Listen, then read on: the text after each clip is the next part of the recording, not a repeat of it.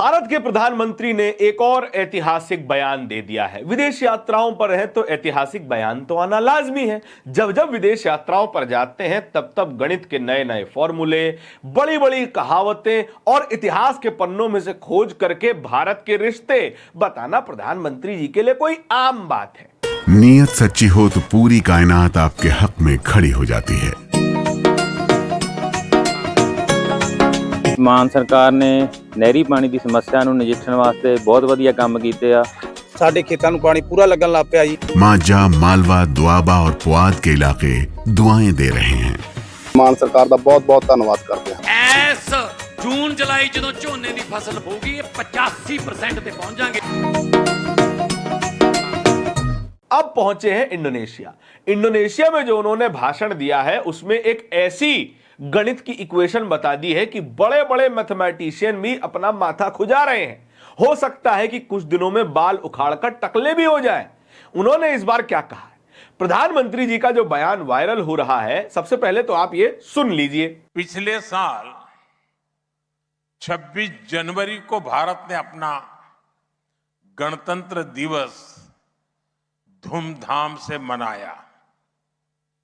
26, 2 और 6, 2 + 6 = और मेरे मित्र का जन्मदिन भी 17 है, 1+। ये है वो मैथमेटिशियन जो कि कुछ कम अवसरों पर ही अपने गणित का ज्ञान बिखेरते हैं। भाई साहब, छात्रों के साथ मत बांट दीजिएगा, हमारे बच्चों की वैसे ही हालत खराब है। प्रधानमंत्री जी कह रहे हैं कि पिछले साल 26 जनवरी को भारत ने अपना गणतंत्र दिवस मनाया था। 2 और 6 मिलकर के कितना होता है? 8। और इंडोनेशिया के राष्ट्रपति का जन्मदिन किस तारीख को आता है? 17 तारीख को। 1 और 7 मिलकर भी 8 होता है। यह है भारत और इंडोनेशिया का रिश्ता। थोड़ा घुसा दिमाग में कुछ, यानी कि 8 नंबर किसी भी घटना से जुड़ा होगा तो उससे भारत का रिश्ता बन जाएगा। इंडोनेशिया के राष्ट्रपति के जन्मदिन की तारीख को जोड़ करके 8 बना दिया। 26 जनवरी की तारीख को जोड़ करके 8 बना दिया। आपका भी तो जन्मदिन 17 तारीख को आता है, 17 सितंबर को, उसको भी जोड़ के 8 बना दीजिए। और दुनिया में जो भी 8 नंबर की चीजें हैं उन सबका भारत से रिश्ता है। लग तो ऐसा ही रहा है। अगर यही इक्वेशन पूरी दुनिया में अप्लाई कर दी जाए, केवल भारत में अप्लाई कर दी जाए, तो बहुत सारी चीजें होंगी। नोटबंदी किस तारीख को हुई थी? 8 नवंबर को। भारत से रिश्ता। नोटबंदी के दिन प्रधानमंत्री जी भाषण किस समय देने आए थे? 8 बजे।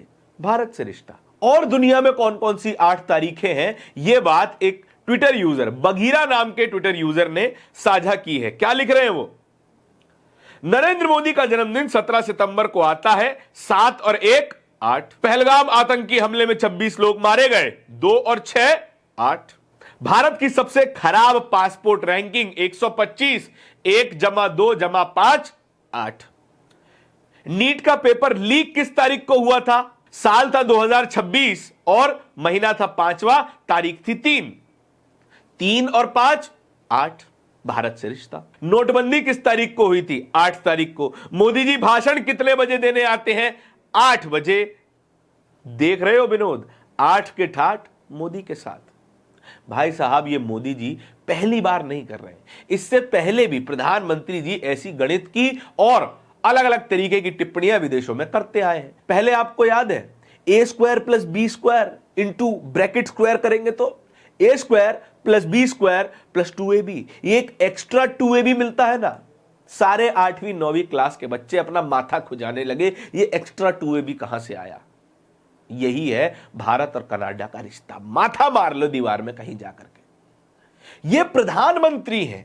ये तब हालात हैं जब कोई और व्यक्ति इन्हें भाषण लिख करके देता है, रिसर्च टीम बैठती है, आईएएस पीसीएस अधिकारी इनके पीछे खड़े रहते हैं कि प्रधानमंत्री जी क्या बोलेंगे, कैसे बोलेंगे, कब बोलेंगे। यह सब प्लान किया जाता है। यह है इनकी प्लानिंग कि भारत के प्रधानमंत्री को एक मजाक के सिवा और कुछ नहीं बना दिया। भारत के प्रधानमंत्री के पद को मजाक नहीं बना दिया है।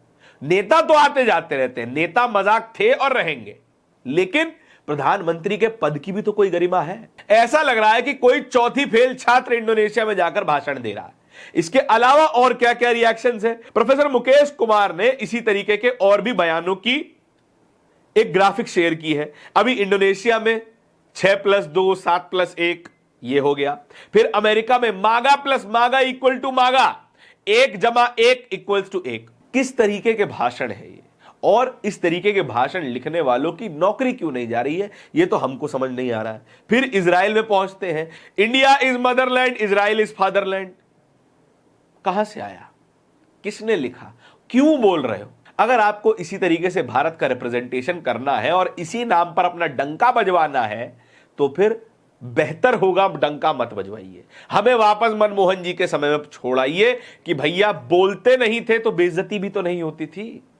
मनमोहन कहते थे, लेकिन जब बोलते थे तो कुछ ढंग का बोलते थे और अमूमन समय पर चुप रहते थे। अब ये वाले अमूमन समय पर बोलते ज्यादा है, चुप कम रहते हैं, और जब जब बोलते हैं तब तक कुछ फालतू ही बोलते हैं। प्रोफेसर मुकेश कुमार क्या लिख रहे हैं, काश मोदी जी अपने थोड़ा बहुत पढ़ाई कर लिए होते, भारत की इतनी बेइज्जती तो नहीं होती, और आपने सलाहकार भी ऐसे पाल रखे हैं कि ये सब हरकतें होने से पहले रोकते भी नहीं हैं। और चाटुकारों की तो बात ही क्या, इन हरकतों को, इन घटिया बातों को भी इतिहास में स्वर्णिम अक्षरों में लिखने को तैयार हो जाते हैं। ये हरकतें, पत्रकार इस पे लालायित हो जाएंगे कि देखिए प्रधानमंत्री ने क्या बेहतरीन वर्ड प्ले कर दिया, नंबर प्ले कर दिया, क्या बेहतरीन कम्युनिकेटर है। अरे किस बात के कम्युनिकेटर है, कुछ भी 8 बना देंगे तो क्या कनेक्शन निकल जाएगा, और 8 नंबर का भारत से क्या कनेक्शन है, क्या यह बात प्रधानमंत्री साबित कर सकते हैं? कहीं से नहीं कर सकते।